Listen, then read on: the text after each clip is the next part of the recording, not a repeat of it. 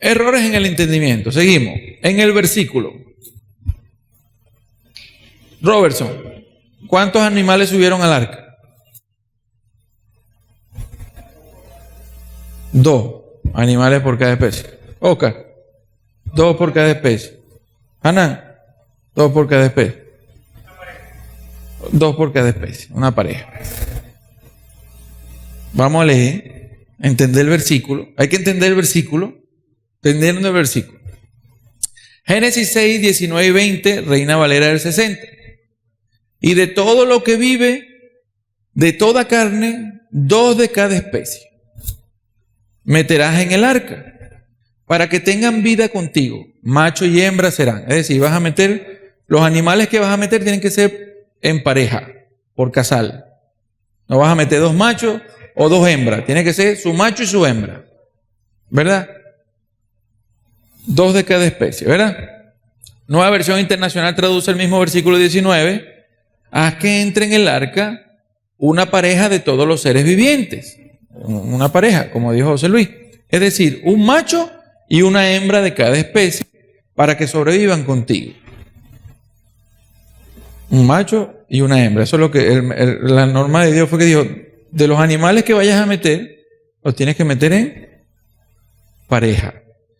Y por leer eso así, asumimos que Dios solo metió 2 ovejas, 2 leones. Pero si metió 2 ovejas y cuando bajó del arca hizo un sacrificio, no tuviéramos ovejas hoy.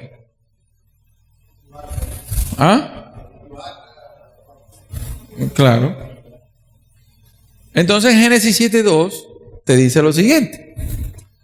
De todo animal limpio te tomarás 7 en 7. Macho y su hembra. Es decir, 7 parejas de los animales limpios, vas a meter 7 parejas.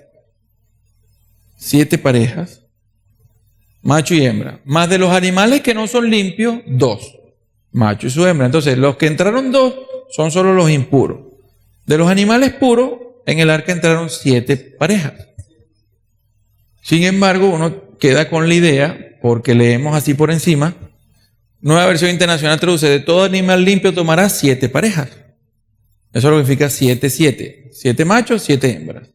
Por eso que te dice, por eso es que esa forma de traducir cuando te lees, y el gallo cantará y negarás 3 veces cuando el gallo cante 2. Es esta forma de escritura, ¿no? ¿Me entiendes? O sea, tomarás 7, 7, macho y hembra. Tiene que saberse entender eso, ¿no? Entonces, el animal limpio tomará 7 parejas, macho y su hembra. Más de los animales que no son limpios, una pareja, el macho y su hembra. Entonces, en el arca entraron 7 parejas por cada animal puro y una pareja por cada animal impuro. Eso es lo que dice la Escritura. Entonces, eso es entender el versículo. Entender el versículo. Se trata de eso, prestarle atención qué es lo que Dios está hablando allí. ¿Listo? Ok. Entendiendo el contexto. Ya vimos el versículo, ahora vamos con el contexto, ¿no? El contexto. Ajá.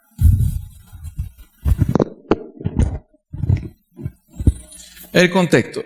Este versículo de Lucas 17:21 siempre es usado para decir que el reino ya está en nosotros. Ya el reino está aquí, dame el reino está en nosotros, y lo dijo el Señor Jesucristo en Lucas 17:21. Ahora, ¿qué es entender el contexto? Entender el contexto, recuerdan las preguntas, es ¿a quién se lo dijo? ¿Por qué lo dijo? ¿Cuándo lo dijo? ¿Cómo lo dijo? Eso es interesante aquí, porque siempre utilizan ese versículo fuera de contexto. Fuera de contexto. Y hay que tener cuidado con eso, porque hay que saber usar los versículos. Por lo menos una vez yo vi una discusión entre 2 cristianos. Un cristiano fue y le pidió plata a otro. Le pidió plata. Y el otro dijo que no le iba a dar plata, pues. Que no le iba a dar plata. Y le dice el versículo, ¿qué? Y la Biblia no dice que es mejor No, disculpa, me equivoqué. La Biblia, vino un hermano, a otro cristiano y le dio una cachetada. ¡Pam! Y le dio en la cara, ¿no? Y le dice, ahora pon la otra mejilla porque la Biblia dice que pongas la otra mejilla. Y este le dice, no, la Biblia también dice es mejor dar que recibir. Y le dio un golpe. Lo que quiero decirle es que usted puede agarrar versículos y citarlos fuera de contexto para que digan lo que usted quiere entender. ¿Me entiende? Entonces, cuando la Biblia dice ahí, cuando el Señor Jesucristo dijo, y el reino de Dios entre vosotros está, eso siempre lo citan para decir que ya el reino vino, que estamos en el reino, porque Cristo ya dijo que el reino estaba en ustedes. Ahora la pregunta es, ¿quién es ese vosotros? ¿Se refería a la iglesia, a la humanidad, a los judíos? ¿Qué quiso decirle allí? ¿A quién le estaba hablando? Veamos. Vamos a leer el contexto. Si usted lo cita solo, pareciera que está diciendo eso. Versículo 20. Habiéndole preguntado los fariseos, a ese fue quien él le respondió. Habiéndole preguntado los fariseos, ¿cuándo vendría el reino de Dios? Jesús le respondió y dijo, el reino de Dios no viene con señales visibles. No es decir, no va a ser como una película de Hollywood, que un mes antes o 2 meses antes están ya con los trailers. Dentro, coming soon, pronto, en octubre, tal película. El reino de Dios no va a venir así. No, la gente no se va a enterar, sino que va a venir y punto. En un abrir y cerrar, un solo golpe, va a venir el reino de Dios, ¿no? Él le dijo, el reino de Dios no viene con señales visibles. Y no dirán, mira, aquí está, o allá está. Ese es en referencia al Cristo. Aquí está este. ¿Por qué? Disculpe, mira, aquí está o allá está. Porque aquí el reino de Dios entre vosotros está. ¿Qué está hablando Jesucristo aquí? Cristo le está diciendo, bueno, no es que está diciendo literalmente que ya el reino fue establecido, sino que el rey del reino estaba allí. Básicamente él estaba declarando quién era él. Por eso se voltea y le dice a los discípulos, y dijo a los discípulos, ya no a los fariseos, ahora le está hablando a los discípulos, vendrán días cuando ansiaréis ver uno de los días del Hijo del Hombre. La frase Hijo del Hombre es la frase profética de Cristo en Daniel, donde Dios le entrega el reino a uno como hijo de un hombre, o sea, a uno de la raza humana. Y vendrán días cuando ansiaréis ver uno de los días de los hijos del hombre y no lo veréis. Van a venir días que van a querer y no lo veréis. Y os digo, mirad allí, mirad aquí, no vayáis ni corráis tras ellos. Que es lo que les respondió a los fariseos cuando les dijo, mirad aquí está o allí está. Versículo 24. Porque como el relámpago al fulgurar resplandece desde el extremo del cielo hasta el otro extremo del cielo, así será el Hijo del Hombre en su día. Es decir, cuando establezca el reino. Jesucristo, cuando usó la frase en el contexto, el reino está entre ustedes, para los fariseos, fue declarándole quién era él y lo que representaba como rey del reino. Pero ellos no querían ver. En ningún momento, cuando usted lee el contexto, le está diciendo usted allí que ya el reino llegó. Porque obviamente, hasta Cristo le dice a los discípulos, va a llegar días que desearán estar en el reino y no lo van a estar. Era lo que el Señor les estaba diciendo. Porque para que haya reino, tiene que venir el rey en su segunda venida, con sus santos ángeles, en su gloria, a establecer el reino, a hacer el juicio de las ovejas y las cabras, etcétera, etcétera, a resucitar a los muertos, etcétera, etcétera. Nada de eso ha sucedido. Y eso se entiende allí. Entonces, citar ese versículo para dar a entender de que ya estamos en el reino, de que ya el reino fue establecido, es un mal uso del contexto Es un mal uso del contexto donde es sacar, mejor dicho, no es un mal uso, es sacar de contexto un versículo para hacer una teología de él.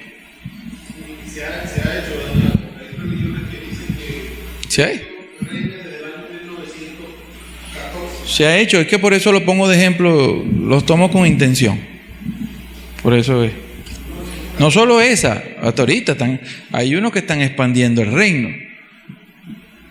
Si el reino no está.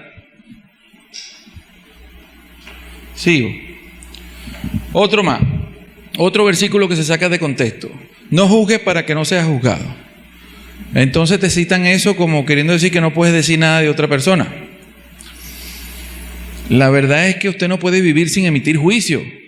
¿Cómo tú haces un juicio de valor de algo o de alguien si no emites un juicio? Entonces hay que ver de qué trata el contexto y de qué está hablando para poder entender ese versículo. Ese versículo es muy mal citado. No juzgues para que no seas juzgado, no puedes juzgar, no digas nada de fulano. Entonces, ¿cómo te digo yo que fulano está haciendo algo malo para que lo corrijan si no puedo juzgar?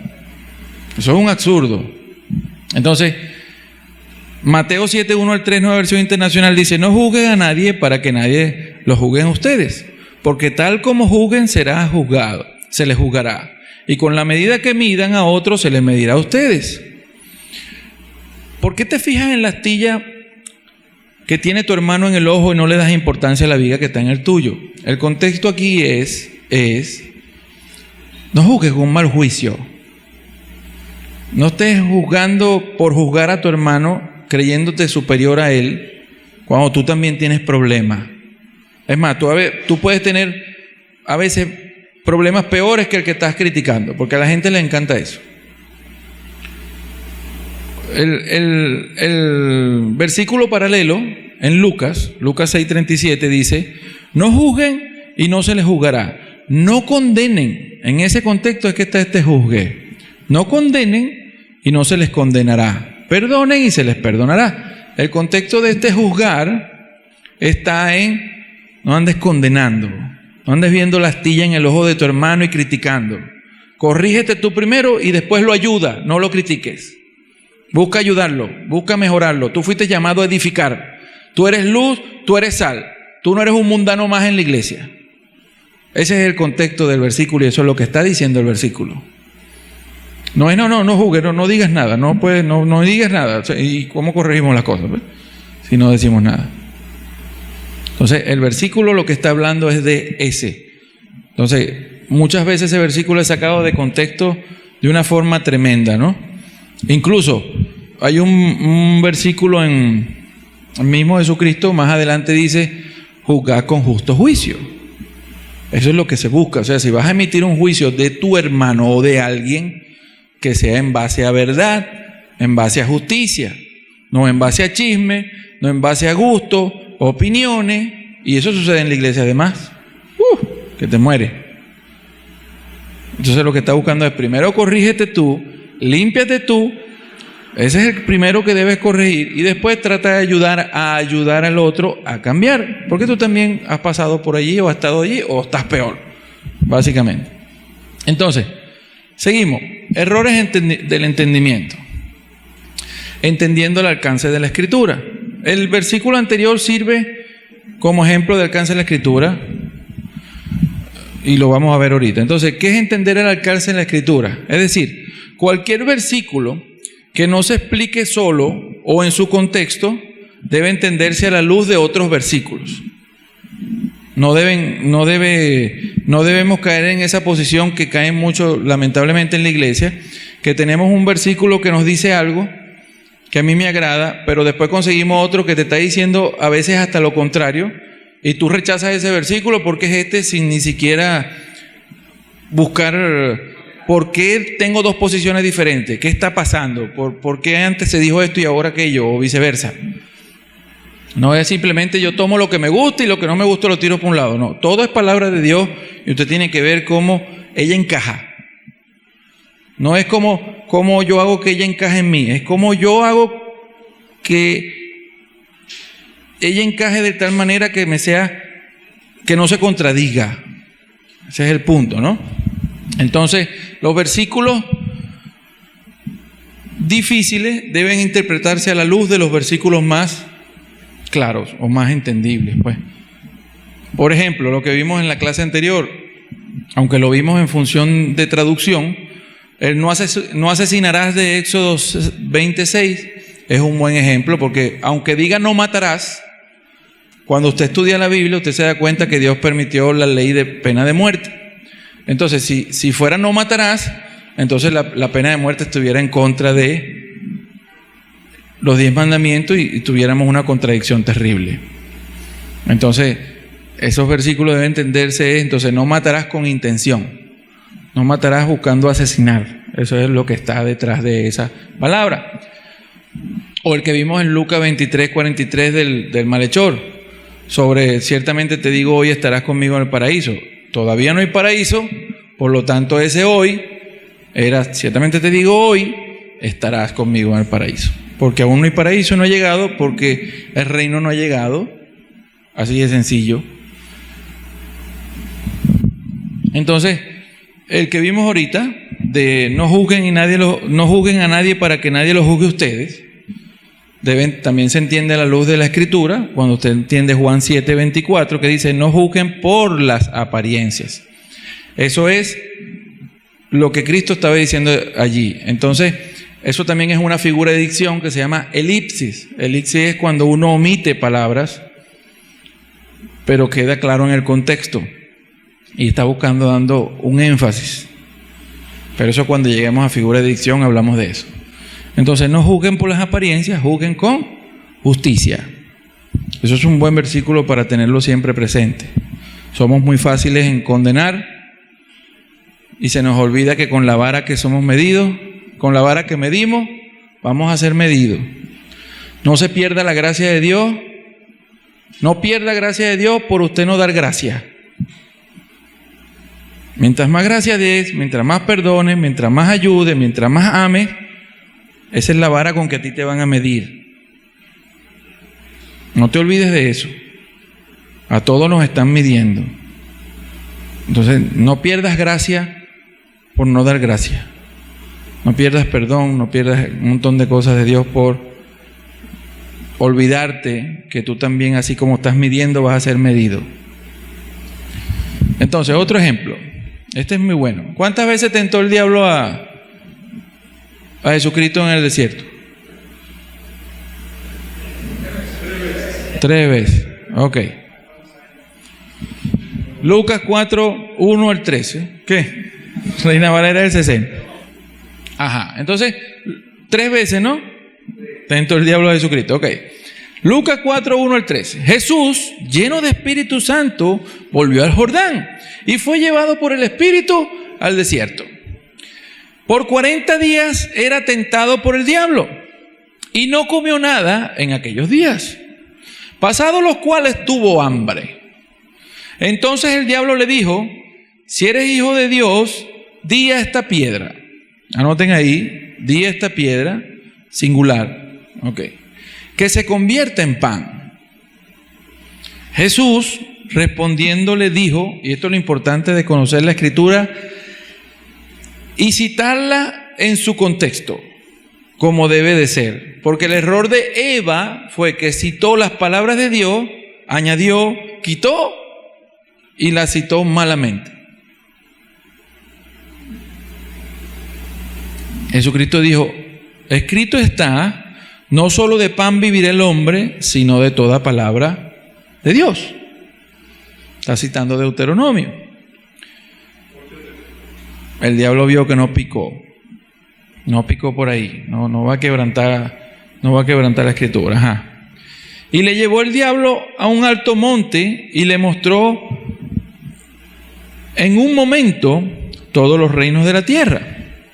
Y le dijo al diablo, a ti te daré toda esta potestad y la gloria de ellos, porque a mí ha sido entregada y a quien quiera la doy.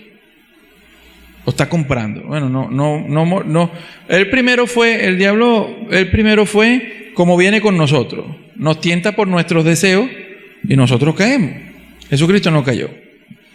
Él primero nos tienta por nuestro deseo, por tu debilidad. Él conoce tu debilidad y por ahí te la pone fácil y si no tienes dominio propio o no estás claro en la escritura, terminas cayendo. Eso fue lo que él intentó con Jesucristo primero. Vamos a ver qué tan bien parado está aquí. Convierte esta piedra en pan. Fíjate, no cayó. Este hombre no va a caer por ahí. No es tan fácil como los cristianos de viviendo la verdad, incluido el pastor. Claro, ajá. Entonces fue con el segundo truco. Vamos a comprarlo. Si me adora, te doy todos estos reinos que son míos. Y eso es verdad, porque primera de Juan 5:19 dice que el mundo entero está bajo el dominio, bajo el control del maligno. Entonces ya entra en choque otras doctrinas como Dios está en control de todo, pero la Biblia dice que el diablo controla la tierra. ¿Cómo hacemos? Ajá. Porque me ha sido entregado y a quien quiera lo doy. Si tú postrado me adorares, todos serán tuyos. Respondiendo Jesús le dijo: vete de mí, Satanás, porque escrito está: al Señor tu Dios adorarás y a Él solo servirás. Escrito está. La palabra tiene poder. Es la espada de la armadura que Dios nos dio. Y le llevó a Jerusalén y le puso sobre el pináculo del templo y le dijo: si eres hijo de Dios. Ya no lo tentó primero y no pudo. Después lo quiso comprar y no pudo. Y bueno, ahora hay que matarlo. Hay que matarlo porque ese aumentó la apuesta, ¿no? Si eres hijo de Dios, échate de aquí abajo. Y el diablo, como 2 veces le respondió: escrito está. El diablo sabe Biblia. Es mejor teólogo que usted y yo. Solo que él sí saca la escritura de contexto y te la lanza ahí. Y si tú muerdes, crees que estás viviendo la palabra de Dios. Y lo que estás es viviendo, un escrito bíblico erradamente. Y él le dice: porque escrito está, a sus ángeles. Lo que también te quiere decir aquí, que uno puede agarrar la escritura y sacarla de contexto para hacerla decir lo que usted quiere que diga. Por eso es que tenemos que ser buenos estudiantes bíblicos. Porque escrito está: a sus ángeles mandará cerca de ti que te guarden. Y en tus manos te sostendrán para que no tropieces tu pie con piedra. Respondiendo Jesús, porque no cayó. Si Jesús hubiera dicho: bueno, es verdad, la Biblia dice eso, yo me voy a tirar del pináculo y me tienen que venir los ángeles a rescatar. No. Cristo hubiera caído en el pecado de tentar a Dios, porque ese no fue en el contexto en que Dios dijo que iba a mandar sus ángeles para que no tropezara su pie con piedra. ¿Me entiende? Él no iba a tentar a Dios. Vamos a ver si es verdad este versículo, y no es la forma, sino caemos en tentar a Dios. Él respondió Jesús y le dijo: dicho está, no tentarás al Señor tu Dios.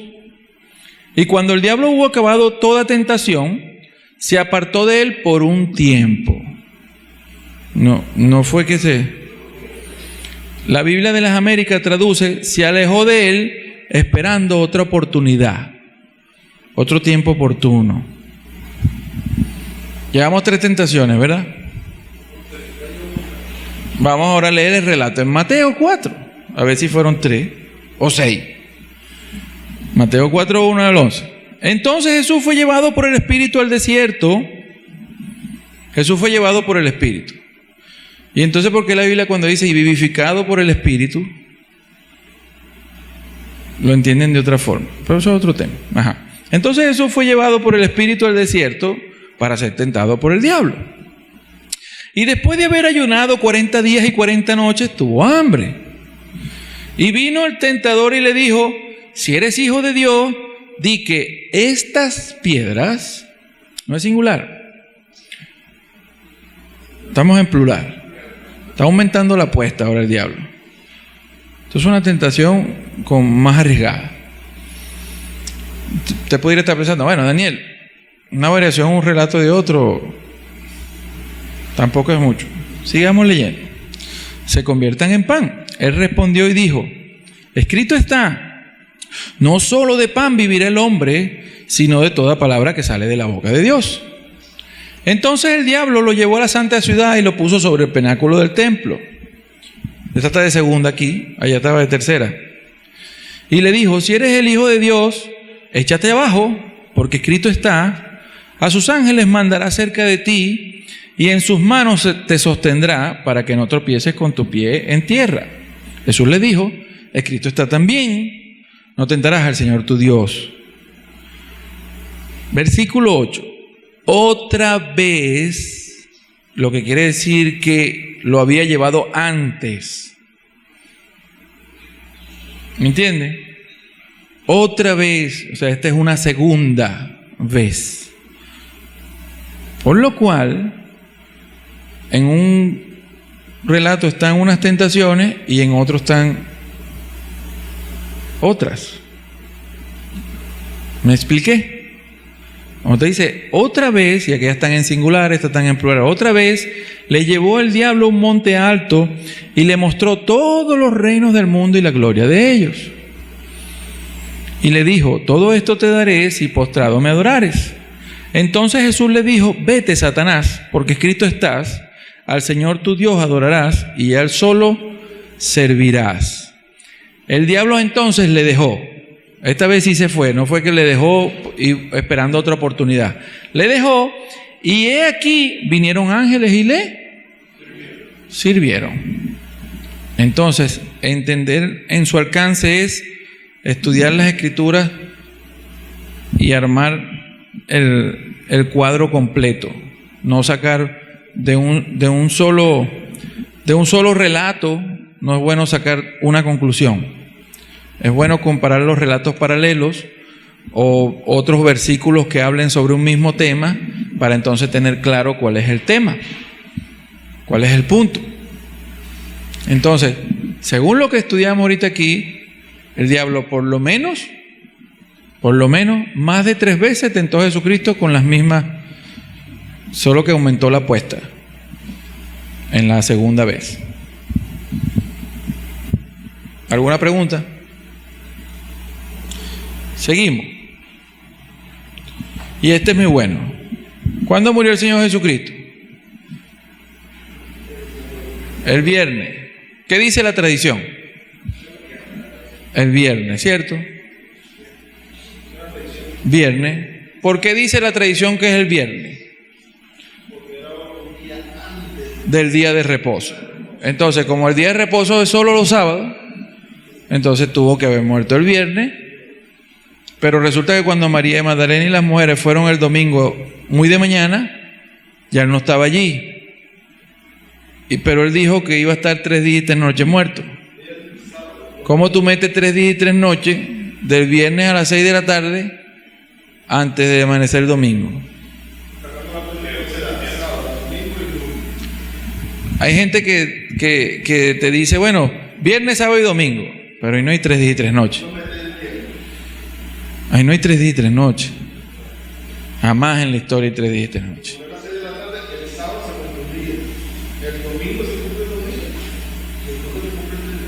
Sí, pero la Biblia dice que ya el domingo en la mañana había resucitado. Pero murió antes del día de reposo. Y el día de reposo solo es el sábado. Estamos acabados. ¿Cómo resolvemos ese entuerto?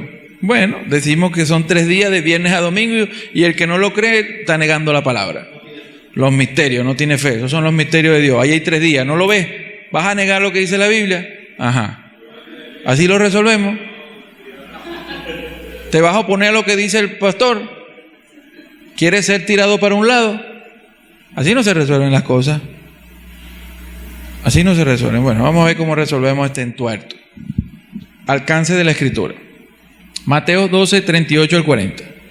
Algunos de los fariseos y de los maestros de la ley le dijeron: Maestro, queremos ver alguna señal milagrosa de parte tuya.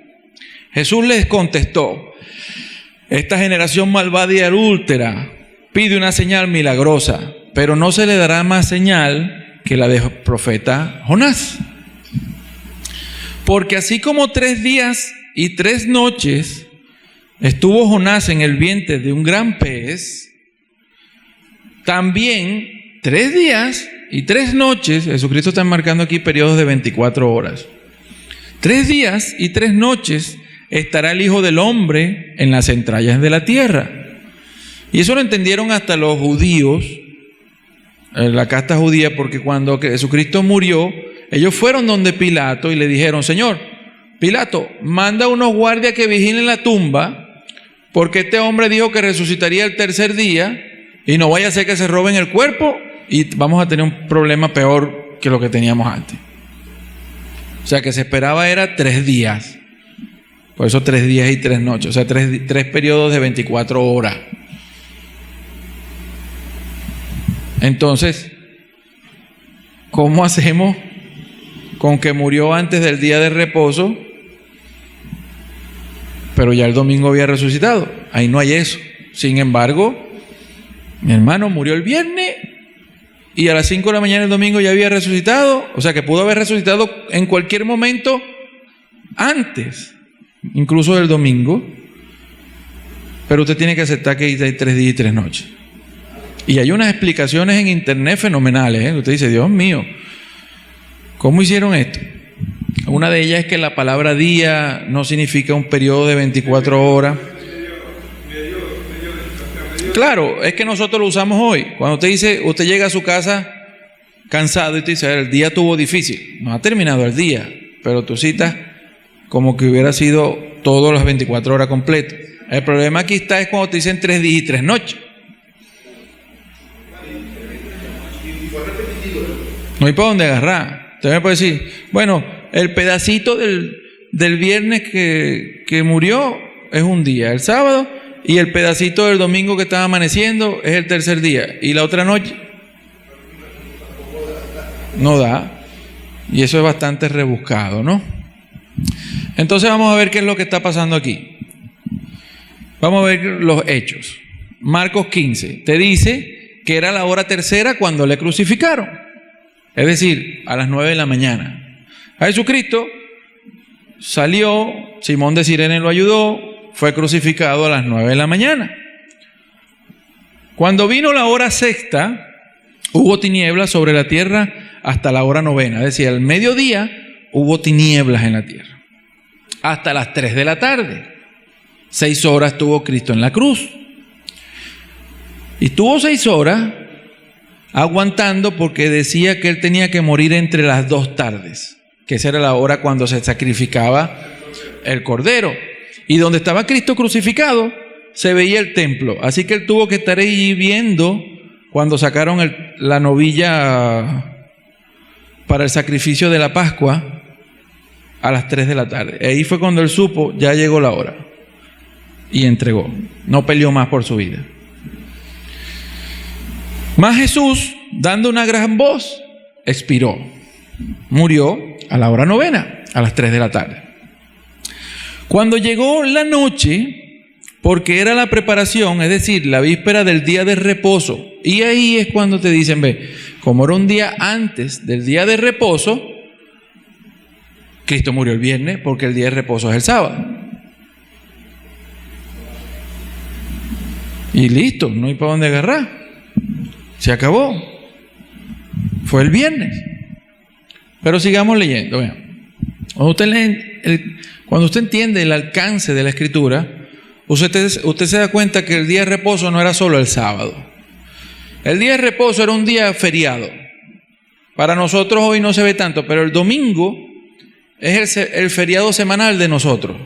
Es el día libre, o era el día libre antes que llegaran los centros comerciales a poner a la gente a trabajar sábado y domingo.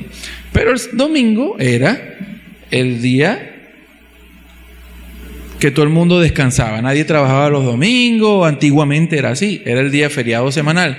Pero hay feriados que no necesariamente caen un domingo, por lo menos. El 1 de diciembre, el 1 de enero, no siempre cae el mismo día. Hay un 1 de enero el martes, el otro año el jueves, el otro año es el sábado, pero el día donde caiga es feriado, ¿cierto? Bueno, así pasaba con los días de reposo. Si usted lee Juan 19, 31 al 32, usted empieza a entender de qué día de reposo estamos hablando. Versículo 31. Entonces los judíos, por cuanto era la preparación de la Pascua, a fin de que los cuerpos no quedaran en la cruz el día de reposo, Pues, y esto está entre comillas dentro de Juan. Juan es el que te da la clave de todo esto. Dice, pues, aquel día de reposo era de gran solemnidad. No era un día de reposo común. Y usted lo puede leer en Levítico 23, 4 al 7. ¿Quién busca Levítico 23, 4 al 7, por favor? Levítico 23, 4 al 7. Versículos cuáles, 4 al 7, ¿no? Estas son las fiestas señaladas por el Señor, santas convocaciones que vosotros proclamaréis en las fiestas señaladas para ellas. En el mes primero, el día 14 del mes al anochecer es la Pascua del Señor. Es decir, cada 14 del mes primero era la Pascua. Por tanto, eso variaba según el año. No todos los años caía 14 el mismo día. Ok, esto es lo que le quería dejar claro, ¿no? El día 14 era día de reposo. Era un día de reposo especial, de gran solemnidad. Ese día no se hacía nada, no se trabajaba, era un día de reposo especial. Y caía cada 14 del mes primero. Eso variaba según el año. No necesariamente era un sábado. El error donde está en la tradición, que ellos asumieron que solo el día de reposo era el sábado, pero se olvida, sin entender que había otros periodos de reposo especial. Sigo leyendo. Rogaron a Pilato que se le quebraran las piernas y fuese quitados de allí. Vinieron pues los soldados y quebraron las piernas al primero y asimismo al otro que había sido crucificado con él, hasta que llegaron a Jesús y se dieron cuenta. Vamos ahora a Marcos 16, 1, 2. Dice, cuando pasó el sábado, el día de reposo, vamos a ver cuál día de reposo, si el especial o el sábado. Cuando pasó el sábado, María de Magdalena, María la madre de Jacobo y Salomé compraron especias aromáticas para ir a ungir el cuerpo de Jesús. O sea, cuando pasó el sábado, es decir, si ponemos si ponemos que fue el domingo, entonces fueron a comprar especies, prepararon las especies y a qué hora llegaron al sepulcro, porque la Biblia dice que ellas llegaron muy de mañana, saliendito el sol. ¿En qué momento hicieron todo eso? Lo cual pone muy difícil que haya sido todo eso el domingo, sino que eso fue después del día de reposo especial. Y entonces dice, pues, muy de mañana, el primer día de la semana, apenas salido el sol, se dirigieron al sepulcro. Vean lo que dice Lucas 23, 55 al 56 ahora. Las mujeres que habían acompañado a Jesús desde Galilea siguieron a José para ver el sepulcro y cómo colocaban el cuerpo. Eso es el día de la crucifixión en la tarde. Luego volvieron a casa y prepararon especias aromáticas de perfume. No pudieron haberlas comprado ese mismo día. Tuvieran que comprarlas después del día de reposo, que es lo que te dice, pasado el día de reposo, compraron las especies. Fueron a su casa, y es lo que tú tienes que ir armando, fueron a su casa, prepararon las especias aromáticas y perfume, entonces descansaron el sábado. ¿Lo está entendiendo? ¿No lo ve? Se los explico, ve. Arriba te dice que ellas cuando pasaron el sábado, compraron las especies. Pasando el sábado, el día de reposo especial, compraron las especies, ¿verdad? Y prepararon el ungüento para ungir a Cristo, porque a él no lo enterraron conforme a la tradición, a él no lo hicieron, fue un entierro apurado. Vean lo que pasa. Cristo murió a las 3 de la tarde. José de Arimatea se queda viendo y dice, voy a pedir el cuerpo para hacerle sepultura, porque viene un día de reposo especial y los cuerpos no pueden estar allí. Él no quería que lo enterraran en una fosa común. Él lo pidió para enterrar, porque a él lo iban a enterrar con los demás, lo iban a tirar en una fosa común. Entonces José de Arimateo baja del Gólgota, del lugar de la caravela, y baja hacia el palacio donde está Herodes. Media horita caminando, puede ser. Llega allá, pide una cita con Herodes. Herodes, ¿cuánto tardó en atenderlo? No sabemos. Pero esa gente importante se da su postín. Eso no te abren de buenas a primeras. Suponte que José de Arimatea le dice: Señor, vengo a pedirle el cuerpo de Jesús para enterrarlo. Y ya murió. Manda a los soldados, te dice la Biblia, mandó a los soldados. Los soldados ahora van caminando al cerro. Con una mandarria le rompen las piernas al primero. ¡Pum! Porque había que matarlo. Con otro mandarrazo más le rompen las piernas al segundo. Cuando llegan a Jesucristo ven que está muerto. Verifican. Mandan los soldados para que Pilato. ¿Qué pasó? ¿Una hora por ahí? Llegan. Sí, Pilato murió. Serían como las 4:30 ya. Casi 5. Le dan el permiso a José de Arimatea que retire el cuerpo. Va José de Arimatea. 5:15, por allá. Llegó. Bajan el cuerpo. A las 6 no pueden hacer nada, porque el día judío cambiaba a las 6 de la tarde, no a las 12 de la noche. Cambiaba a las 6 de la tarde. A las 6 arrancaba el día solemne, el día de reposo. O sea, tenían que hacer todo antes de las 6. 5:15, 5:30. Bajaron a Jesucristo, lo envolvió en unas toallas y él y Nicodemo lo enterraron en una tumba cerca y pusieron una piedra ahí casi a las 5:59. Enterraron al Señor. Y desde ahí es que 3 días bajo el foso de la tierra. No es que empieza a contar desde ahí. Ajá. ¿Qué está pasando aquí? Las mujeres vieron dónde colocaron el cuerpo y se dieron cuenta que no lo prepararon como se preparan los cuerpos, según su tradición, ¿verdad? Entonces te dice que cuando pasó el sábado, ¿cuál sábado? El sábado especial. Cuando pasó el sábado compraron las especias y fueron a su casa, ¿verdad? Y después te dice, descansaron el otro sábado y entonces fueron el domingo muy de mañana. Eso lo entiende usted aquí. Allí. Jesucristo, para que esto encaje, usted empieza el domingo. Si usted dice que ya amaneció el domingo, entonces usted empieza a contar hacia atrás. Hay 2 días de reposo. El sábado, viernes, jueves especial. Cristo fue crucificado a las 9 de la mañana del miércoles del día de Nisan. ¿Se acuerda que decía el 14? Cada 14 de ese año, cada 14 del primer mes es la Pascua, ¿verdad? Entonces Él es crucificado aquí a las 9 de la mañana, al mediodía en la oscuridad, a las 3 muere, es enterrado al fin de la tarde con José de Arimatea y Nicodemo. Viene el día de reposo especial que te habla Juan, el jueves, y ese fue que ellas vieron. Recuerden que aquí dice, ellas vieron, y cuando pasó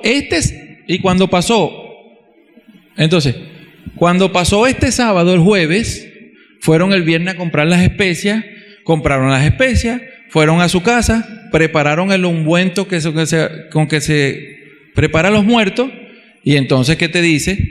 Entonces descansaron el sábado. Entonces descansaron el sábado normal, y entonces el domingo, cuando fueron, ya no se lo consiguieron allí. Entonces sí entran los 3 días y 3 noches, entendiendo esto. Yo sé que se lo estoy poniendo a lo mejor, hay mucho más versículos para darle sazón a esto, ¿no? Entonces usted agarra y se da cuenta entonces que lo enterraron el miércoles a eso de las 6 de la tarde. Entonces empieza a contar, miércoles, al jueves 1 día, al viernes 2 días, al sábado 3 días. Cuando ellas van el domingo en la mañana a buscar el cuerpo de Jesús para prepararlo, ya no lo consiguen. Además tenían que ser así porque había soldados protegiendo 3 días la tumba de Jesucristo, y si ellas hubieran ido con las especias el día viernes, las iban a rechazar porque ahí no iba a entrar nadie, porque había la ley de que ninguno de sus seguidores entrara allí. Así sí encaja la escritura, de esa forma. Este es otro más, veamos otro ejemplo aquí. Dios mío, ¿por qué me has abandonado? Mateo 27:46. dice: y al atardecer de la hora novena, Jesús exclamó a gran voz diciendo: Elí, Elí, lama sabactaní. Esto es: Dios mío, ¿por qué me has abandonado? ¿Qué han escuchado ustedes de eso? Que Dios no puede estar en contacto con el pecado, y como Cristo absorbió el pecado de todos nosotros, Dios lo abandonó y lo dejó para que Él pudiera aceptar el pecado. Y entonces el Padre se separó del Hijo por primera vez y a Cristo le dolió y pum, pim, pum, pam. ¿Cierto? No estoy hablando de traducciones, estoy hablando de entender mal el alcance de la Escritura. Juan 16:32, entraríamos en contradicción, porque el mismo Señor Jesucristo en Juan 16:32 dice: he aquí, la hora viene y ha venido ya, o sea, viene el momento difícil, en que seréis esparcidos cada uno por su lado, o sea, todos me van a abandonar, incluso Pedro me va a negar 6 veces, mas no estoy solo, porque el Padre está conmigo. O sea, el Padre va a estar con ustedes, me van a dejar solo, pero Dios va a estar conmigo. Entonces hay una contradicción aparente con Dios mío, porque me has abandonado. Y se le ha buscado explicación de esa forma: no, Dios no puede juntarse con el pecado y pim, pum, pam. La verdad es que Mateo 27:46, Jesucristo lo que está es citando el Salmo 22. Eso es todo. Jesucristo está en la cruz, está viendo la gente está viendo el espectáculo, y Él aún en medio de esa situación les estaba recordando a la gente lo que la Escritura decía. Allí les estaba diciendo, allí les estaba recordando que eso que estaba pasando allí estaba escrito en el Salmo 22. Y el Salmo 22 comienza así, 22 versículo 1 dice: Dios mío, ¿por qué me has abandonado? Así comienza ese salmo. Y en ese salmo dice: y los toros de Basán me injuriaban. ¿Saben quiénes eran los toros de Basán? Los toros de Basán es referencia a los líderes religiosos judíos. Y eso era lo que estaba pasando allí. Y en ese dice: los perros, los romanos, también se burlaban de mí y repartieron los vestidos. Ahí sale. En ese salmo sale que echaron suerte sobre mi vestido. Sale en el Salmo 22. O sea, Jesucristo le estaba recordando a los judíos que se estaban mofando de Él, que lo que ellos estaban viendo allí está escrito en el Salmo 22, 1000 años antes de lo que estaba pasando. Dios mío, porque es simplemente una referencia al Salmo 22. Esa es toda la explicación. Eso no es que Dios no puede habitar con el pecado. Mire, si fuera por eso, Dios no hablara con nadie, porque nosotros todo el mundo es pecador, y Dios se le apareció a fulano, a sutano, a mengano. Eso es una explicación, pero es porque... Y entonces usted le muestra el Salmo 22, y se lo he mostrado a mucha gente, decirle: hermano, lo que está pasando allí es el Salmo 22. Cristo está citando el Salmo 22 diciéndoselo a la gente, para que vieran que lo que estaba pasando estaba ya escrito, lo que está pasando es una profecía. No. Sí. Incluso el Salmo 22 termina... lo que pasa es que en español es difícil conseguirla, ¿no? Porque Jesucristo dice en el Juan 19:30: todo se ha cumplido. Cuando usted va al Salmo 22, en el versículo 31, te dice que Él hizo esto. Que Él hizo esto, o todo esto se ha hecho, ¿no? Sin embargo, la Biblia amplificada, que fue la Amplified Bible, fue la que mejor conseguí, que te dice que esto está cumplido, que Él lo hizo, que Él cumplió, que Él hizo esto. En relación a eso. Entonces, Jesucristo lo que hizo fue citar el principio y el final del Salmo 22 antes de expirar. Entendiendo las culturas bíblicas, yo creo que está bien por hoy. Creo que está bien por hoy. Dios los bendiga. Nos vemos el próximo miércoles.